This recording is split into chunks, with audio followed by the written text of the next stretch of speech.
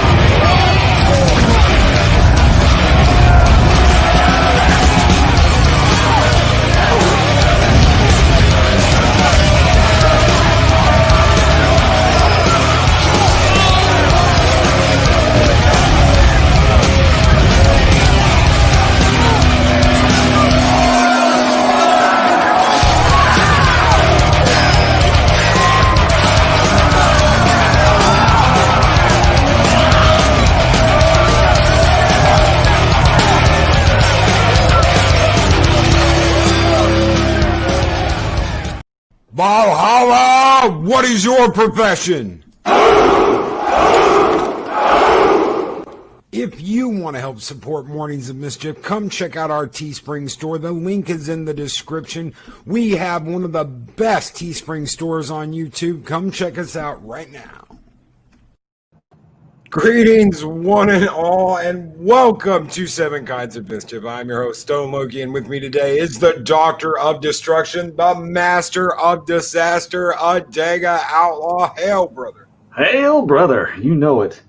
How are you Glory doing? is not fleeting in Valhalla. No, and glory is fleeting except in Valhalla. I love it. I love it. I love the new merch, dude. I've ordered so many samples. I mean, I'm not, I'm right there with everybody else. I'm like, damn, this looks good. I want me some glory merch. Oh man. I'm grabbing mine soon too.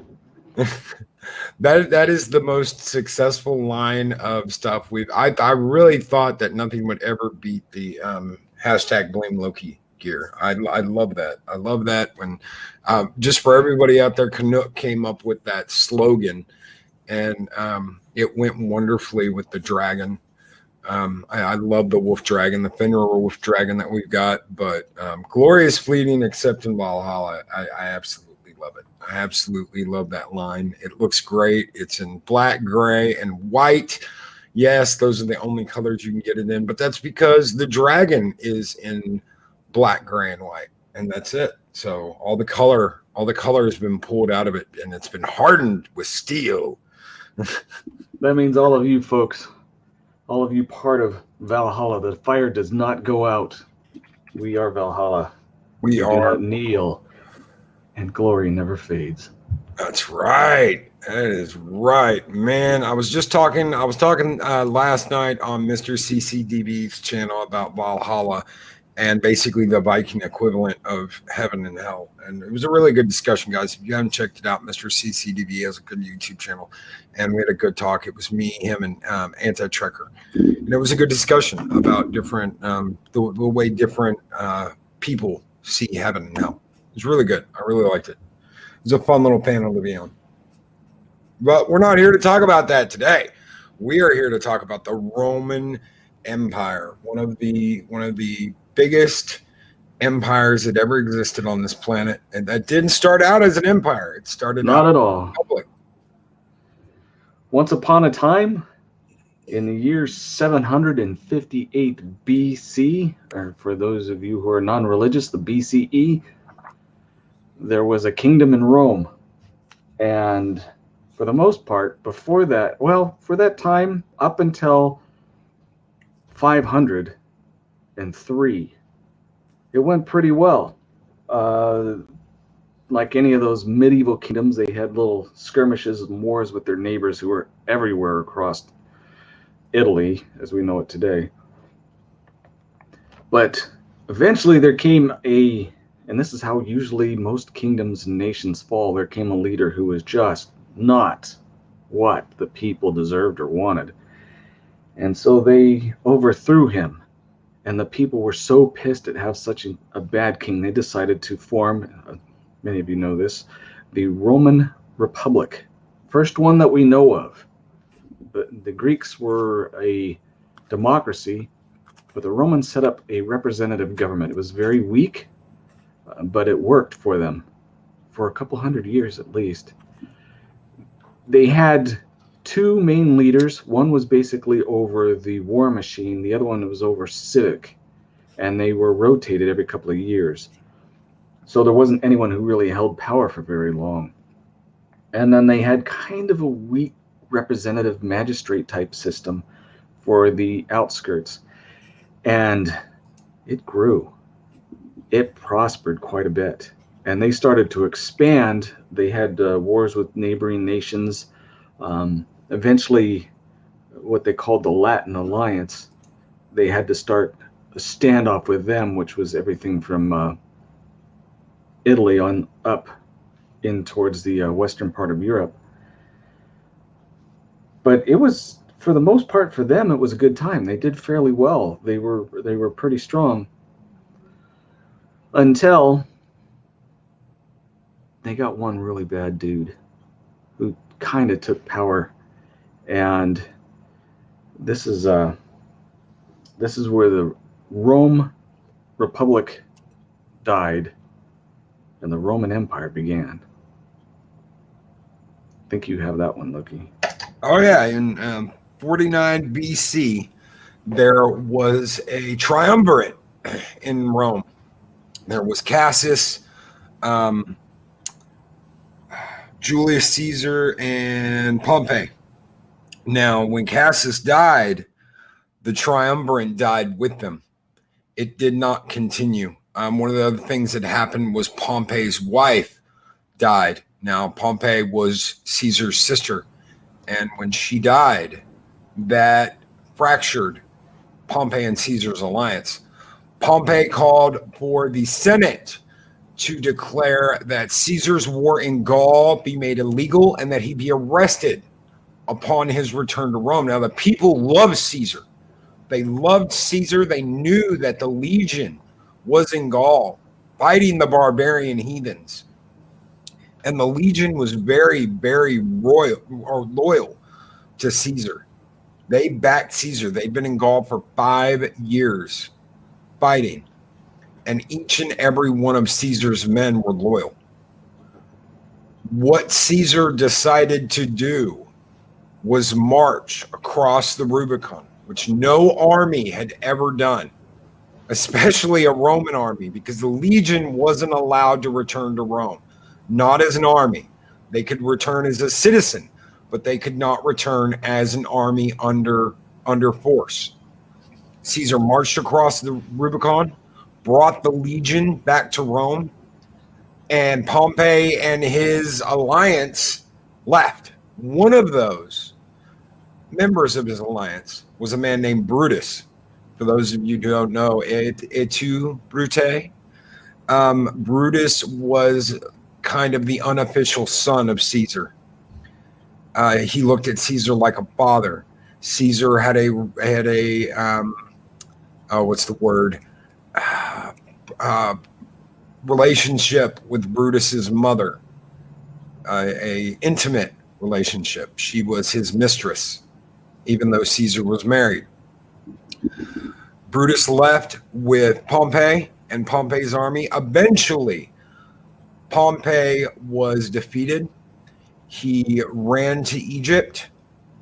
He was assassinated when he reached Egypt, and his army dispersed, went back to Rome. And Caesar, in a shocking display of mercy, welcomed them back. Now, here's the thing about you'd think, well, if they had a republic that was going really well, why would Caesar be needed? It's like I mentioned before, with any government or monarchy or what have you, as long as you have someone who's good, things work out well. What happened at the end of the Republic, they had a lot of slavery. The people who lived in Rome, you were either an aristocrat or you were just scratching to make a living. This might sound similar to people here in the United States, where most of the goods and services were being imported from outside of the local areas, where the people who actually lived there couldn't compete. And the people were making so much money off of slavery. I'm not going to get into that, but if you guys are following the news, you will see it's still not too far from the government that were once in power.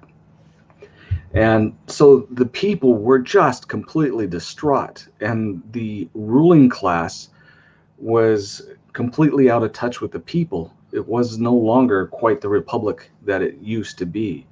And so it was very, very easy for Caesar and for his men, the people who lived outside of the aristocracy, to see that things needed to change, because this was oppressive.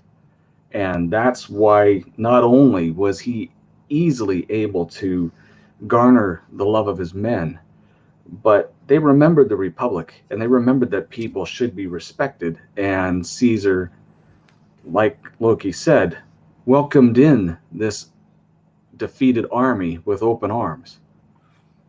Yes, and he asked things of them, but it wasn't things that would any other ruler wouldn't have asked. You will give me your fealty. You will bend the knee, and you will give me your fealty, and we will rule Rome. That's what he said. That's not what he did. And Colin P. Smith brings up an interesting point. Wasn't Brutus descended from the man who had killed the last king of Rome? Yes, that is the tale. Is that Brutus, his stepson in a way, was descended from the last man who had killed the king of Rome. At first, they didn't know what Caesar was going to do. He basically declared martial law in Rome. Roman soldiers were in the city for the very first time in Roman history. This is something that had never happened before. Roman soldiers, legionnaires, protecting the city, policing the city. And of course, the people were behind him. The people were tired of the disagreements in the Senate. The people were tired of basically the Senate having a monopoly on money and life. And they welcomed Caesar back as a conquering hero. He threw bread to the people. He threw money to the people. And it wasn't until he started putting his face on statues, on coins, and the Senate realized he would never step down from power, that the worm turned. Fun fact, I have one of those coins with Caesar's face on it. A silver coin from back then. Really? I would love to see that. You're going to have to show us that. Yeah, I certainly do. That would, man, that is absolutely insane. I'd love that. Adega's got all the cool shit, everybody. Whether it's a book, whether it's a knife, whether it's a coin, whether it's a historical artifact, I'm going to start calling you the Indiana Jones of Valhalla. Dr. Adega Jones. The scholar of Valhalla. Oh, yeah. Side note here. I'm going to turn my camera on just a second. I showed this to Loki the other day. Sorry about the noise. I got things going on here. And part of the reason why I have the camera off. Let's see if I can get this right.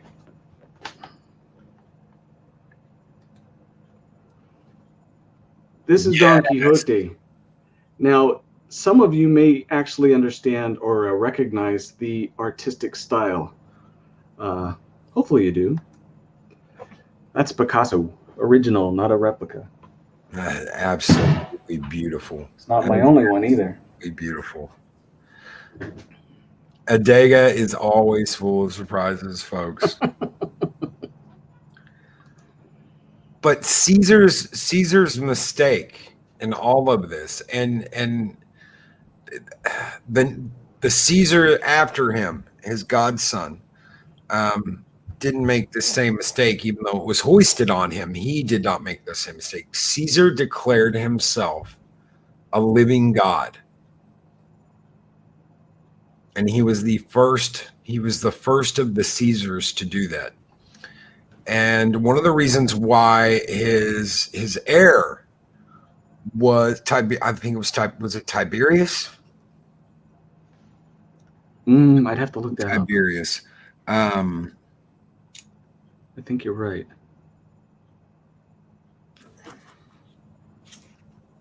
Octavia, and he changes his name eventually. Octavian is basically his godson, and both of them knew. Both of them grew up knowing they were men. Julius Caesar had a power complex. He wanted to make sure that he would never be removed by the Senate and that the Senate would always answer to him. Augustus, yes, it's Augustus. Thank you, Colin P. Smith. Tiberius was Augustus's heir.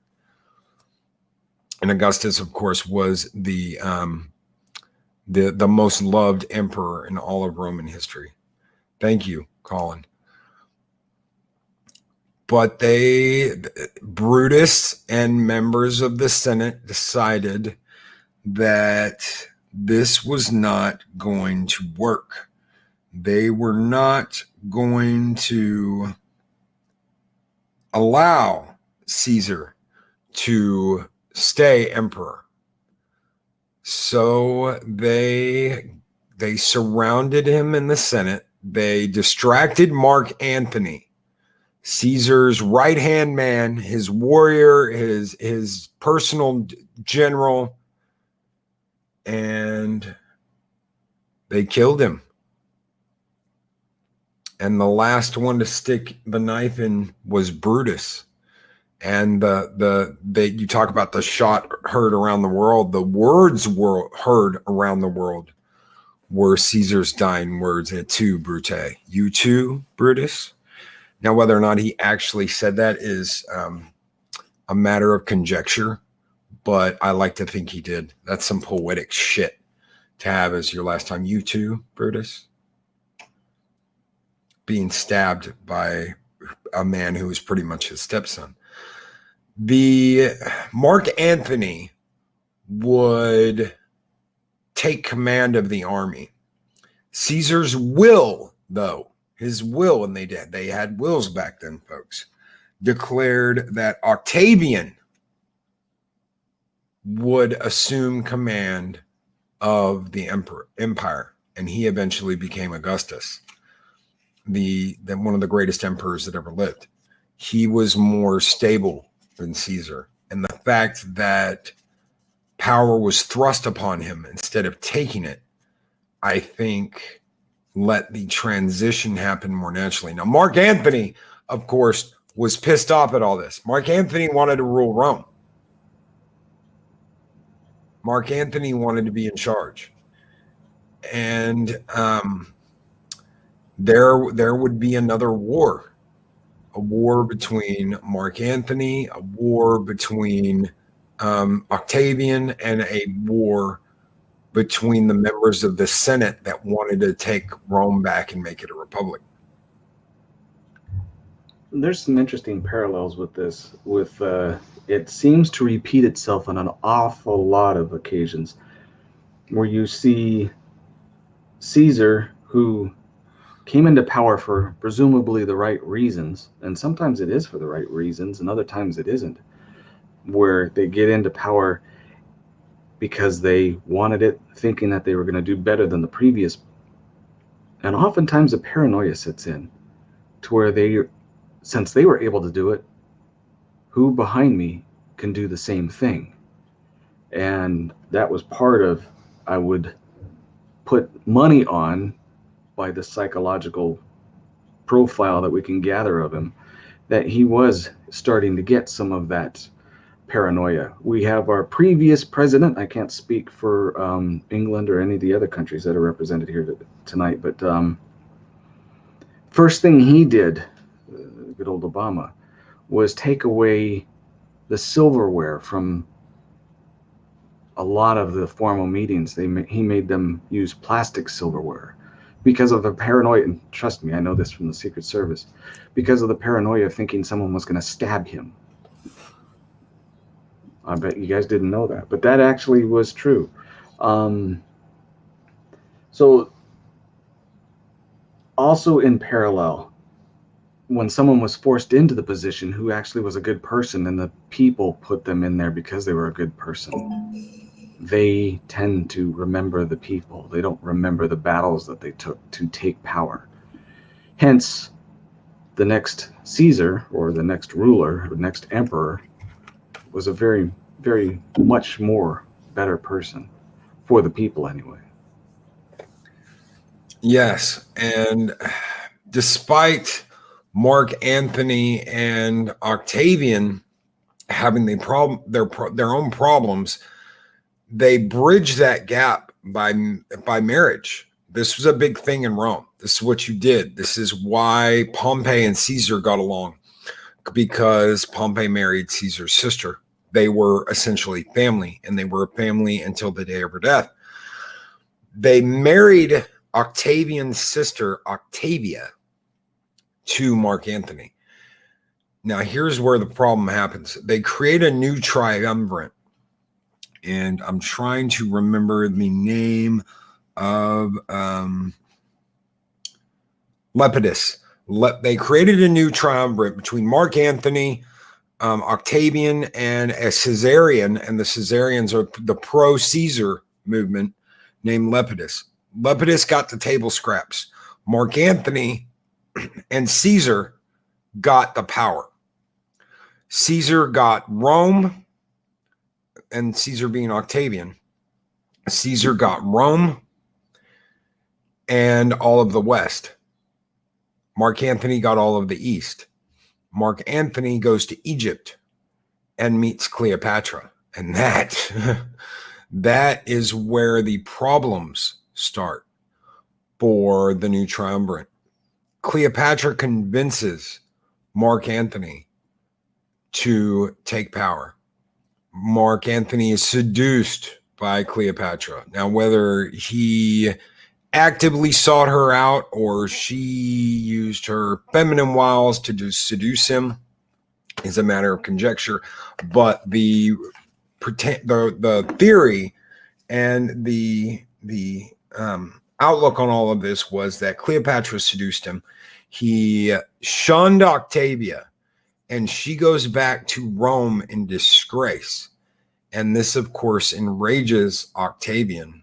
And Octavian demands Mark Antony return to Rome and answer for his betrayal. Mark Antony doesn't want to. He says, well, I haven't broken any laws. I haven't done anything wrong. So Caesar declares a return to the old ways. If you cheat on your wife and shun her, you have broken the law. And Colin P. Smith says, seduced in more ways than one. Yes, Cleopatra was convincing Mark Antony that he could rule everything. He could rule Egypt. He could rule Rome. He should be the one in charge of everything. And he listened, and he bedded her, and he changed. And of course, the old triumvirate is swept aside once again for war. Caesar has to now make Mark Antony answer for his crimes, since he has returned Rome to the old ways and the, how do they put it? A way of purity. No cheating on your wife, no sleeping around, no nothing. A return to the old ways of purity, Roman purity. This, of course, enrages Mark Antony, and he basically gives us Augustus the middle finger. He says, if you want me, come and get me. And I don't know how much you know about that, Adega, but he does. Yeah, no, he does. I gotta be honest with you folks, this week has been a not necessarily rough on me, just information wise. My head is absolutely exploding from all kinds of outside sources. So I'm relying heavily on Loki for tonight. But I do know that, and from archaeological finds and some ancillary documents, different things that they found, Cleopatra was pretty much a hottie for the time. And when she got her claws into him, it was all over, like you said.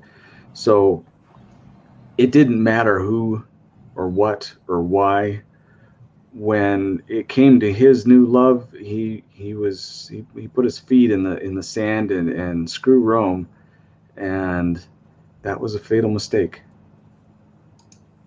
And Colin P. Smith calls it was the Battle of Actium, and it was a naval battle. And Mark Antony and Cleopatra were on this huge Egyptian sailing barge, this battle barge, in the middle of combat, and they failed. Mark Antony's own men believed that he had been bewitched by Cleopatra, that he had been cucked. We've heard that a lot lately, that Mark Antony had been cucked by Cleopatra, and his men had absolutely no faith in him. They had the numbers to beat Augustus in that battle, and they lost. They lost because his men had lost faith in him. He had gone full Egyptian by this point. He was no longer wearing Roman clothes. He was no longer wearing Roman colors. He was no longer acting like a Roman. He was acting like Cleopatra's consort. And Cleopatra was starting to run the show while he sat back and enjoyed himself and reveled in his fame, his former glory, instead of stepping up and leading his troops. He failed. Lost his edge. He lost his edge.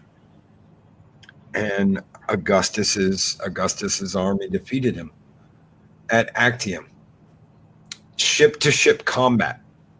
Could you imagine that back then, Adega? We're not talking about huge sailing vessels. We're not talking about, like Pirates of the Caribbean style ship. Right. You're talking about battle barges.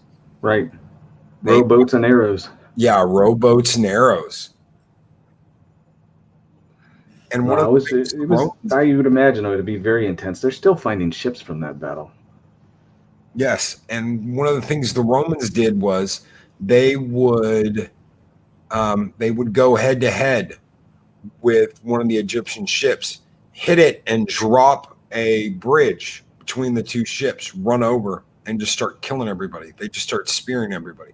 So the centurions and the legionnaires were fighting in shield combat on the ships. Yeah, you wonder where the Vikings learned these things. Yes, exactly. And the Vikings were doing it just as well, but they were doing it 1,500 years after this. Right. So 1,500 years after this, the Vikings were doing this and doing it just as good as the Romans, but it took them 1,500 years to get it down just right. It's why when you hear when Rome fell, the world went backwards. That's why. Rome was ahead of the game in every way. No one was more as technologically advanced than Rome. And it was greed and laziness that destroyed Rome. It was greed and laziness that destroyed Rome. That's another thing that's been talked about a lot lately. Repeats over and over. You had the Weimar Republic. You have the Chinese. You have this. You have... it happened with the Revolution. King George, even though he was a little bit insane. It's a repeating theme. People won't put up with it. No, and it's a question I asked 30 years ago. Right. There were things, because these are things I learned growing up. And I didn't just learn them at school. This is what I learned at home, folks. This is what I came home from school and learned in school part 2. And I remember asking my father one day, probably almost 30 years ago, maybe 25, 30 years ago, is America the next Roman Empire? And he said, God, I hope not, son. It won't be. I tell people that. You watch. This one's going to last a while. The difference between now and then is we have more access to information, where in previous, the first thing that you see in some of these, and they're trying to do it now, but it doesn't work, is that they destroy history. They destroy people's understanding of current events and past events in order to manipulate them. It's not working this time, only on a small group. And Psychodorf 9 says, Loki, the bridge was called the Raven. I did not know that, Psychodorf 9. That's a cool name. Release the Raven. Oh, drop the Raven. I could see that. So Anthony and Cleopatra retreat back to Egypt. Augustus pushes forward, and that is when you get the death of Mark Antony and the death of Cleopatra. Whether it happened like they said it happened or it happened some other way, peace has been restored to the Republic, or to the Empire. So Octavia returns to Rome in 29 BC, and he wants peace. He wants peace in the government. And he wanted it because the Senate had failed. And he tells people that the Senate failed you. The Senate did not uphold its duty to Rome. They failed you. I will bring peace. The whole empire has suffered because of the Senate. We're not going back to that way of life. We will have something new. And to pay for that, he disbands half his army. Right then and there. Half the army he used to bring Rome under his heel, he releases them from their duty, and he gives them land. He wants farmers. Rome needs farmers. Rome is going to grow at an extraordinary rate, and it does. It does. That's still one of the most impressive marvels that were, other than using lead to line their pipes. The engineering that went on with the Roman Empire for the next 300 years was just unheard of out of anything except previous with the pyramid builders. It was the most significant, except for, like I said, all those megalithic structures that they had built thousands of years ago. The Roman Empire did more construction-wise and development for its people than anybody. Aqueducts that went for miles and miles just to house or to take care of farmers. It was incredible. When they said that all roads lead to Rome, at one time, they really did. All the way from the German countries in Germany, parts of the British Isles, all the way to Egypt and some of the Middle East, all of it, the roads all led to Rome. And Chris Persia makes an interesting comment. Adega, the decadence which infested Greece at its end, was mimicked by Rome when it fell, and now is similarly circling the West. Yep. The question is, do the people now understand the lessons that were lost to those people back then? And I am convinced that we have. One of the... Hold on one second. I just got something really interesting from someone. I can't save it. Why can't I save it? And I can't. Let me see. He's been doing this all night, folks. I know. I'm gonna share this real quick.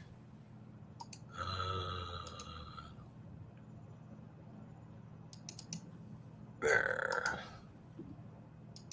Or it's gonna freeze. And I'm going to get booted. Yeah, not responding. Holy crap. All right. Well, you didn't get booted at least. Yeah, but I might here in just a second because it's freezing up on me. I'll talk as long as I can before it's like, no more. Yeah, I know, Colin P. Smith. That's what I'm trying to load, and Google completely froze up on me. Hold on 1 second. Yeah, they could say the same thing about the Kaisers in Russia. They did the same as Greece, did the same as the Romans, did the same as the Weimar Republic, except the Weimar Republic was it was a mix with the nice conniving people I shared with Loki earlier. It was a group that decided to, let's no longer fund the police. Let me see if I could pull all that up. Defund and eliminate the police departments so that they would not interfere with the brown shirts, whose mission it was to riot, burn, beat, and in order to sway elections. Sounds kind of familiar, doesn't it? Oh, there it is, the Raven. There it is, the Raven. That is from Colin P. Smith. Thank you, brother. So I lost it for a minute. I got booted off for just a second, but I was able to pop back on. So one of the things that Augustus does is he does not bring the legions into Rome. The legions, like I said, half the legion is disbanded. They keep 150,000 troops along with reserve troops. But one of the things he does is he takes his most loyal legions and makes them his Praetorian Guard. And those are the soldiers that are allowed in the city. But they are no longer military. They're his personal Praetorian Guard. And they are there to protect Caesar and protect Rome. It's interesting how accurate this picture is, even though it looks more cartoonish, because those spears that the Romans are using have those little steel tips that would break off and you can replace them again. It'd puncture armor. They use the short sword instead of the longer swords so they can maneuver more quickly. It's very accurate. And the leaders of Augustus's army become basically his governors across the empire. And that is how he holds power. These are his most trusted generals, his war council, the people that fought with him against Mark Antony become in a way, almost the new Senate. They are the ones governing the provinces, and they are loyal to him. So what he did was he put all of the people that were loyal, the most loyal to him, in power across Rome. And we are talking about an emperor that wasn't overthrown, that the people admired and respected, that worked for the people, not for himself. Because he knew what Rome needed. And what Rome needed was a strong leader that wouldn't sacrifice his own people so that he could live in luxury. He was a very down-to-earth leader, even though the Romans made him a living god. He didn't have any choice in that. It was something they wanted. It's something they did. And that was the difference between Augustus and Julius, was Julius made himself a living god. He had basically the Roman religious sect make him a god. Augustus didn't care about that. He wasn't interested in that, but they did it anyway. They did it anyway. What do you think about the beginning of the empire, Adega? Well, it's like I was mentioning. It's pretty much a group of people that were, in this case, just a few. You had your soldiers, and you had Caesar, and you had Augustus, and they were motivated early on by the right things. In Caesar's case, he went haywire. I think for the Romans, though, a lot of this to have the warriors, sorry, dog came in the room, have these warriors and these people stand up and do these things was a mark of pride in Rome and their way of life. That there was a society, even though they were changing their form of government, that they wanted to protect. There was a belief in themselves that they had something of value that they either needed to protect at all costs or expand throughout the known world. And they did expand. And that is something we are going to get into as we talk more about this subject and delve into what made Rome such a mighty empire. This is just the beginning of what is to come. And the Caesars aren't all like Augustus. You know, you can say whatever you want about Julius. He saw the problem and he saw what he had to do. He knew the Senate was going to be overthrown. It was just a matter of time. It was either going to be him or it was going to be someone else. That's the way he saw it. And he went with what he needed to do. Whether you believe he craved power, whether you believed that he did it out of his own desires and needs, the Senate was corrupt and the Senate was going to destroy Rome. Right. And through a 1,000 years, they do. The Caesars end up doing it themselves. This was an injection of life into Rome where Rome would have fallen if he hadn't done it. Rome ends up falling anyway. It just takes a lot longer. There are a lot of really interesting things that happen with the Roman Empire that we could spend a long time on, and people have hypothesized everything from, you know, how the Christianity was oppressed and then uplifted by the Roman Empire, the foundation of the Catholic Church, the loss of the library, hidden secrets and secret societies, all kinds of different things are all formulated or gave birth to or were hypothesized. It started in various different eras of the Roman Empire. And Eastland Burkholder says there was a glory and a national pride in having an empire and an emperor that the population felt. Yeah, they loved their emperor. And when they didn't, they did something about it. Don't think that just because these people were labeled living gods doesn't mean that they weren't taken down.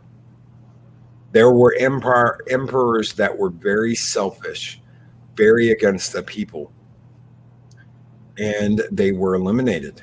Nero and Caligula are one. Some people wonder about Nero. They're not sure for sure, you know, if he really was, but most of the evidence say Nero and Caligula were both very, very bad people. Yeah, Caligula in particular was a very, very nasty emperor, and the people didn't put up with it. The people took matters into their own hands and got rid of him, and rightly so. When your leaders fail you, when your leaders aren't looking out for your best interest, the way I was taught, you eliminate the problem, and that problem creates a power vacuum. You fill that power vacuum with regular, everyday people, and the problem tends to fix itself. That almost always works. In the case of the, I hate to bring it up, but with the French Revolution that happened shortly after the American Revolution, it was for the people, but it was co-opted by people who weren't exactly in the best interest. So things kind of went haywire there. You have to be very careful about that power vacuum. Yeah.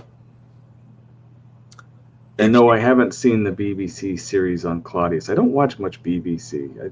A lot of it doesn't interest me.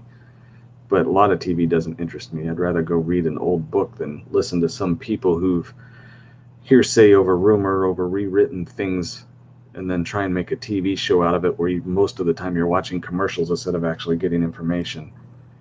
Yeah, that's why I hate cable. I will never have cable again. I cut my cable cord 8 years ago and have never wanted it back since. I don't like commercials. I don't like having to wait to see what I want to watch. Guys, if you are interested, I have a book here. I have no idea if you can still get it. It is, I think it is about 50 years old now. And it is called The Roman Empire, A Complete History of the Rise and Fall of the Roman Empire, chronicling the story of the most important and influential civilization the world has ever known. And it was given to me by my father when I was going through physical rehab after I had surgery on my leg. And like I said, I read that book probably twice all the way through. And it is like reading a Bible of information, but there is some beautiful artwork in that book. There are fascinating explanations of the Roman Empire, the different decades, the different centuries of the Roman Empire. And I absolutely love that. Like I said, I don't know if you can still get it or not, but it is a really wonderful book and one I will be turning to as we go through this. No one is paying me to say that or anything like that. It's just a book I really love and one that I turn to when I want to read about Rome. So next week we will be back. We may throw some invites out. I don't know how we're going to do it yet, but we will continue our talk about what happens after the beginning of the empire and eventually going to, what do you think? 3 parts? We'll do the beginning, the middle, and the end? Probably would be best, yeah. And with the fall, what happens at the fall, and how much does Rome expand? They ruled the world. They ruled the known world. The only thing they didn't rule over was what would eventually be known as North and South America and Canada, because they didn't know it was there.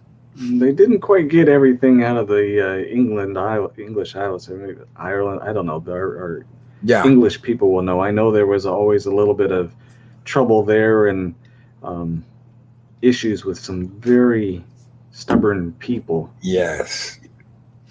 And how it is quite possible that King Arthur was a Roman.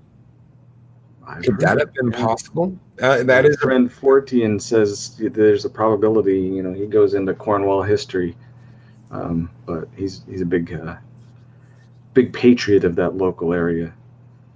So yeah, that's quite possible. And that Colin P. Smith says they only really got England and Wales as now is. I think there was also a little history with the Romans, and the Gaelics came down and did some damage to them when they were still a republic. And I don't think the Romans ever quite forgot what had happened. They got sacked. There was another time when they came in and they had to pay off the invading armies with gold. And, people don't forget things like that. There was a mark on their pride that was stained.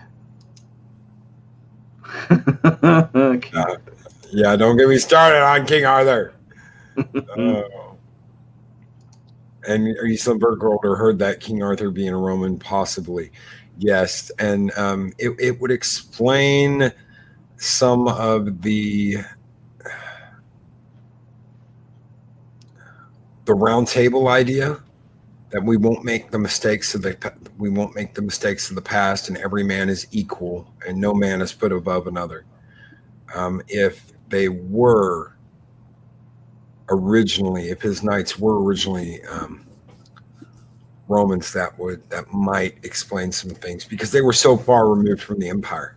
Yeah, Roman or not, I'm sure that story.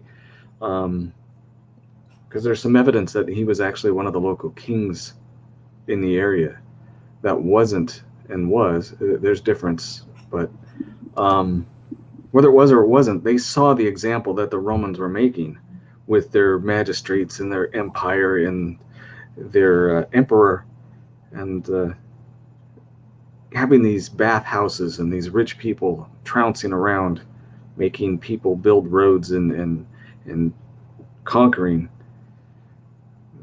Some of the early remembrances of what it was to be equal, like in Greece or in the Roman Republic, probably rang true to them, for at least the ones that were educated or could read Latin.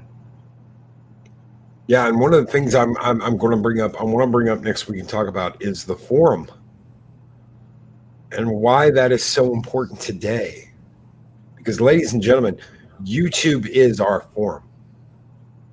Right. It is our forum. Like Right. YouTube or not like YouTube, YouTube has given us the opportunity to come to you, to talk to you in a forum of people. And that is one of the things that Rome did. You had a forum and someone was allowed to go up and speak their piece. And when they were done, they stepped down and someone else stood up and spoke their piece. It also has our gladiator arenas. Yes. Yes. And of course, we're going into that too. The arena, why the arena worked, why it worked for the people, what it gave the people, and why the elite used it for the people to keep the people happy.